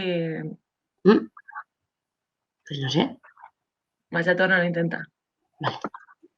Era un que posava algo de lluites? Sí.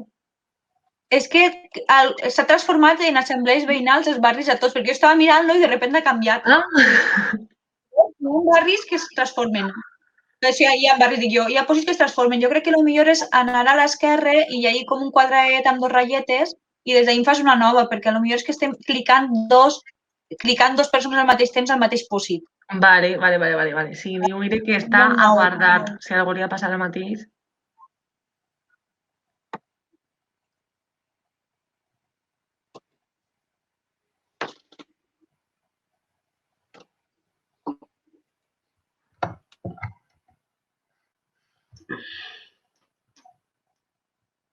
Vale, me voy a ir eliminando estos. Vale, vaig eliminar els que estan... que posa crear pòsit i si voleu crear un, a la part de l'esquerra, sota del puntero hi ha com un pòsit, així un quadradito. Ahí podeu crear els diferents pòsits, ¿vale?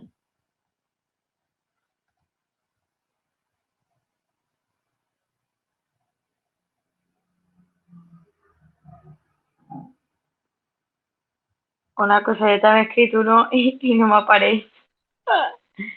No sé si es que... Ay,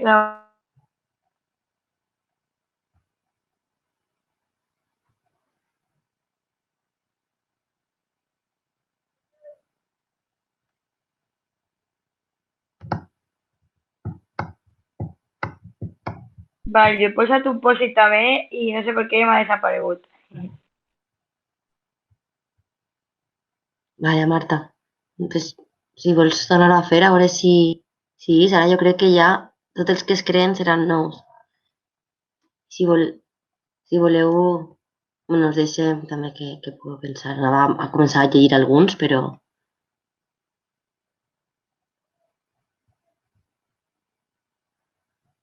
Si vols posar un poquet de musiqueta.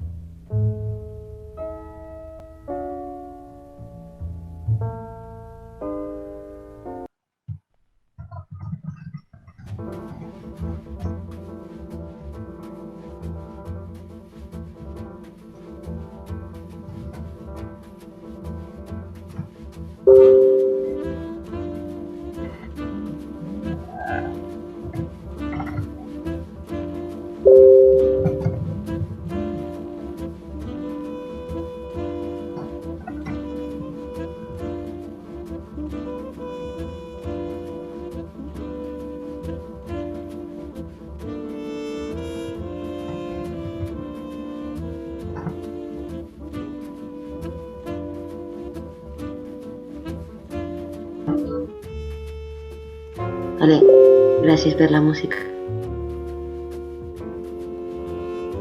De res.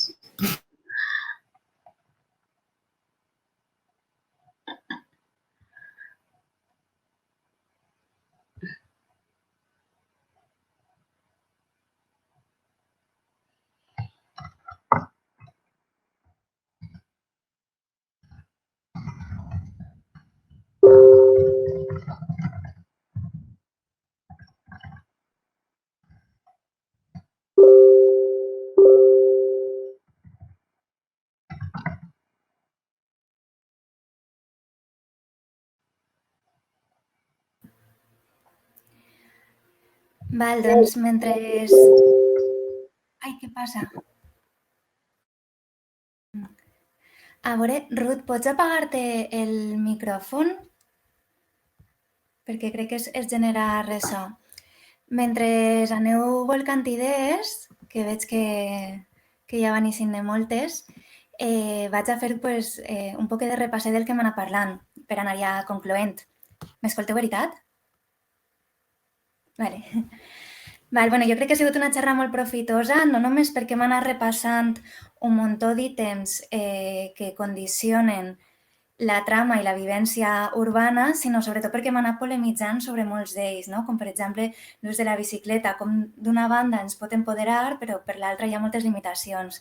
Com que hem anat inevitablement votant d'uns temes a altres, ara per a fer la devolució de les conclusions, a banda de que com ja vos ha dit Marta a l'inici, probablement vos passem un document de devolució així intens i detallat, però ara per fer un poc de tancament el que faré serà reubicar tot el que hem anat parlant en base a unes preguntes que ens havíem plantejat nosaltres quan estàvem preparant la sessió.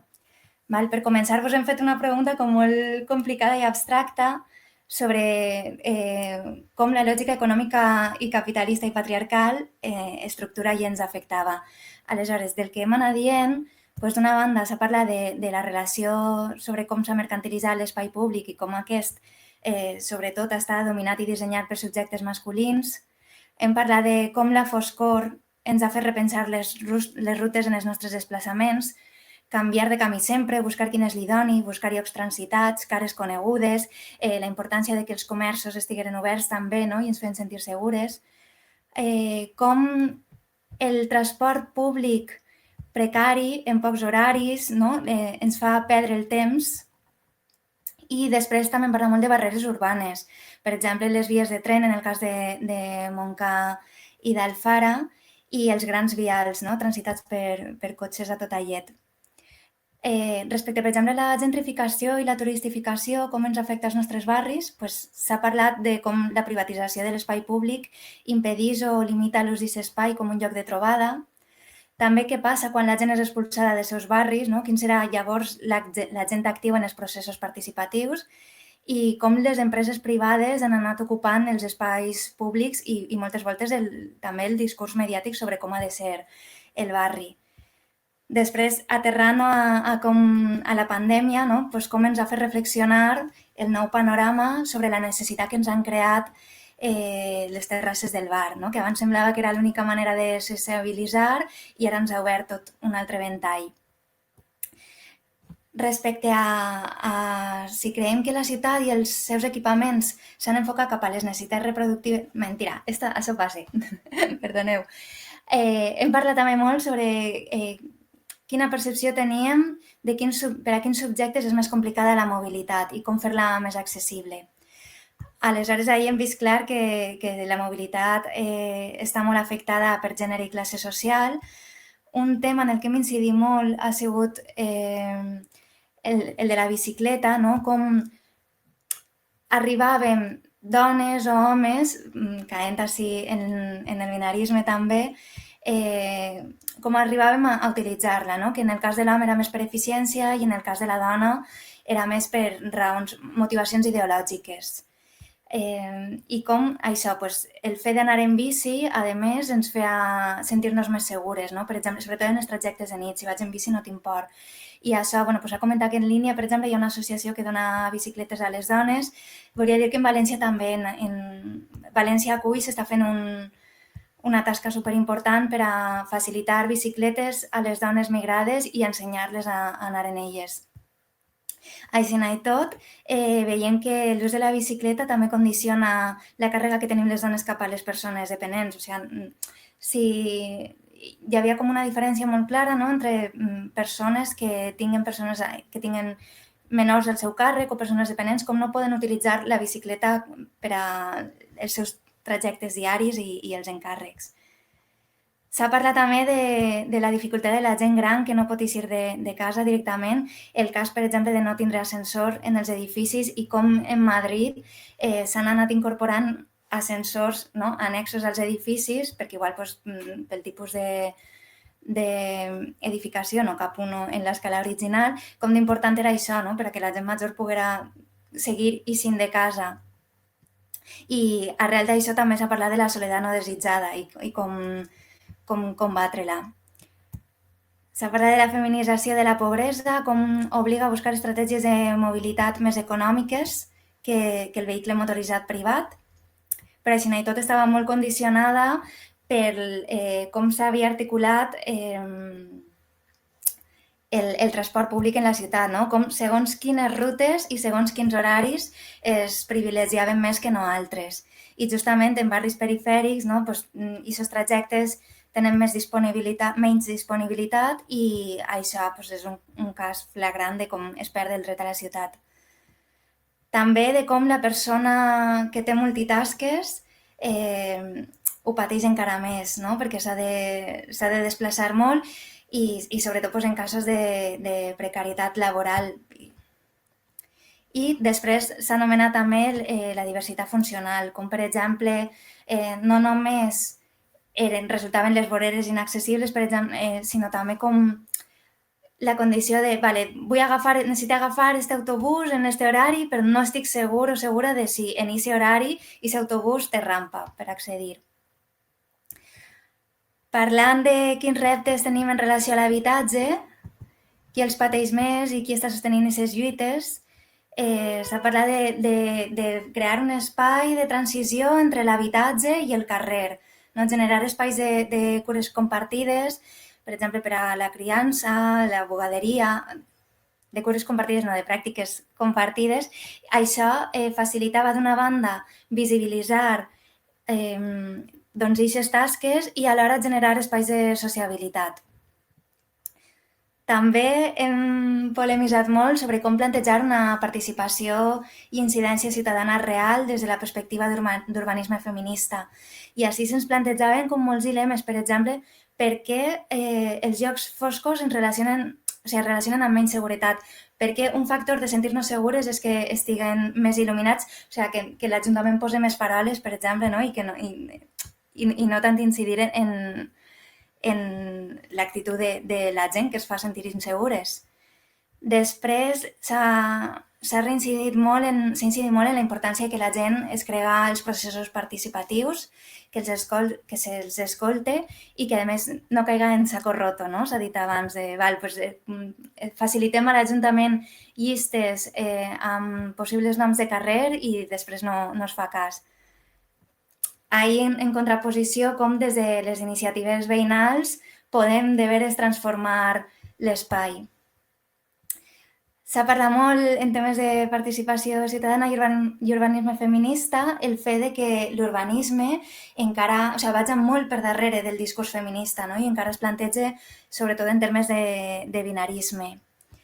També de la importància de fer estudis a escala barrial, com des del municipalisme. També s'ha anomenat a l'inici que en els pobles no s'estava aplicant un discurs en aquesta escala, sinó que s'estava treballant des de discursos de grans ciutats i això no funcionava. I així, de nou, el tema de la soledat no desitjada. Després, per exemple, de quina manera podem fer que les nostres ciutats siguin un espai de memòria col·lectiva feminista? Quins espais volem reivindicar en els nostres barris des de la perspectiva de l'urbanisme feminista? S'ha parlat molt de la memòria i la turistificació i la gentrificació, com homogeneïtza els espais i com podríem, per exemple, recuperar el patrimoni emocional, no només el patrimoni d'edificis emblemàtics, sinó recuperar les històries de vida. I s'ha posat l'exemple del cas del Cabanyal i de les falles populars i combatives de Ciutat Vella. Que ahir, permeteu-me també una incidència, i aquest s'ha fet just en l'acte de l'ofrena de les falles populars i combatives, especialment es posaven plaques en commemoració a les persones desnonades i per a mi és un contrast com de justícia poètica amb l'ofrena de les falles oficials, no? Que es fa l'ofrena a la Mare de Déu dels Desemparats i és tot pompa i holgor, o sigui, com molt de luxe, s'inverteix molts diners i en canvi l'ofrena de les falles populars i combatives és justament a les persones desemparades, a les desnonades. De nou, així s'ha parlat de... podem connectar amb el fet de canviar el nom dels carrers, de rebatejar els espais i també de fer memòria de les lluites veïnals que ens han precedit, com s'havia fet en Russafa. I res, ara... També, respecte a la pandèmia, hem estat tota hora viatjant en com vivíem els espais abans de la pandèmia i com ara les noves condicions ens han fet ressignificar certs ítems. I res, jo crec que en això ho podríem tancar. No sé si alguna companya voldria afegir més coses. Ens quedem amb la proposta, amb tot l'estímul de com portar l'urbanisme feminista als nostres barris o als nostres pobles amb totes les propostes que veig que esteu posant un muntó, fons d'aigua potable, banys públics, fons públiques, espais... Ara és que no m'hi veig. Res per nosaltres, jo crec que agrair-vos un muntó a Arada, Entre Barris, totes les persones que s'heu connectat ara, tot. Perdoneu, estic molt nerviosa. Ja està, per la meva part ho dic ja. No sé si algú vol afegir alguna coseta més.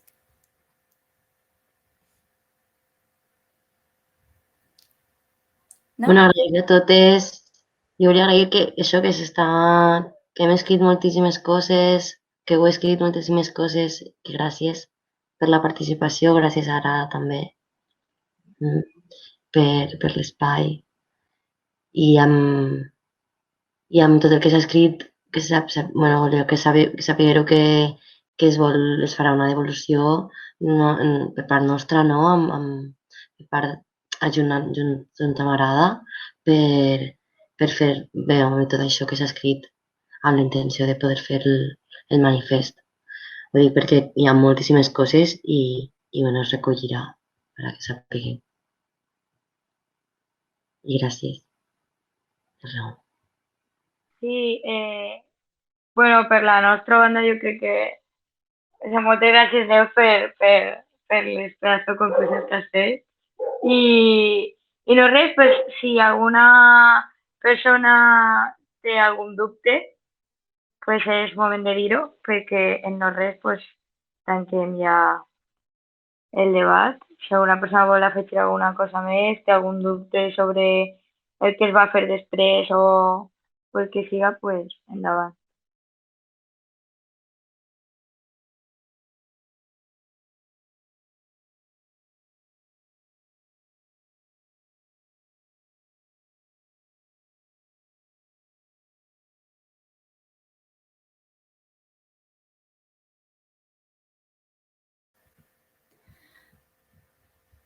Vale, doy vuestro silencio como un no. Sí, una cosa. Vale. Marta, lo del manifest. Res que dir que la intenció de tot això és poder fer adaptat als nostres barris un manifest propositiu per un urbanisme feminista i utilitzarem la dinàmica que ens ha conduït Ruth per a estimular que ho fem, que ho portem, cadascú als nostres espais. Moltes gràcies. I què vos ha semblat a la resta, la dinàmica? La resta que no sabíeu que anava a estar la dinàmica. Jo volia dir això... Perdona, Marta, que he detallat. No, que mos hauria encantat fer-ho presencialment, no? Hauria estat molt guai. Però bé. Jo volia dir respecte a lo que està dient Marta que si alguna creu que, no sé, que per portar això al seu barri o al seu poble necessitaria alguna eina més o no sé, si alguna sent alguna necessitat en aquests moments o si li ocorre després que ens ho fas arribar i que ho podem pensar també o si necessitem més temps o si a algú se li ocorre alguna idea més, doncs igual se li pot enviar... Se m'ocorre que igual es pot enviar alguna idea més que s'ocorrega després al correu, contestant al correu d'Arada que heu rebut, si sorgeix alguna necessitat així, fent la reflexió, perquè avui hem dit moltes coses i de vegades ara igual no és tot, però si a posteriori algú li és alguna necessitat que no hem contemplat, doncs igual també es podria recollir.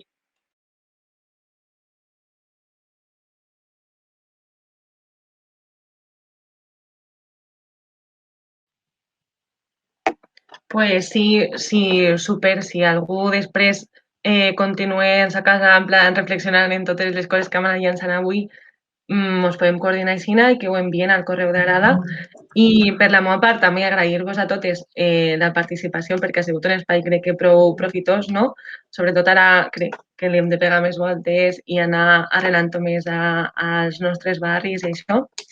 I dir-vos que, bueno, que este debat d'avui, que està enmarcat en un cicle de debats, i que el proper que tindrem, momento de spam, el proper que tindrem serà el dia 18 d'abril i serà sobre el moviment d'alliberament de les dones kurdes i que esteu convidades a participar, ¿vale? I això, no sé si voleu dir alguna cosa més i si no, tanquem així i que encara queda una mica de sol, se pot aprofitar el domenatge. Pues volia també dir que crec que hi ha això, que el document aquest es queda obert, el Jamboard, que a la part de dalt, que hi ha com dos fletxes i un quadrat, o sigui, un rectangle amb 1, 2 o 2, 2, si cliqueu es pot obrir una altra pàgina per posar més coses, ¿vale? Que això, que no ho havia dit abans per no complicar, però que sí, que es queda ahí obert, ¿vale? Perquè es poden continuar fent coses. I que gràcies de nou també, super a gust, haver compartit ahir la vesprada amb vosaltres.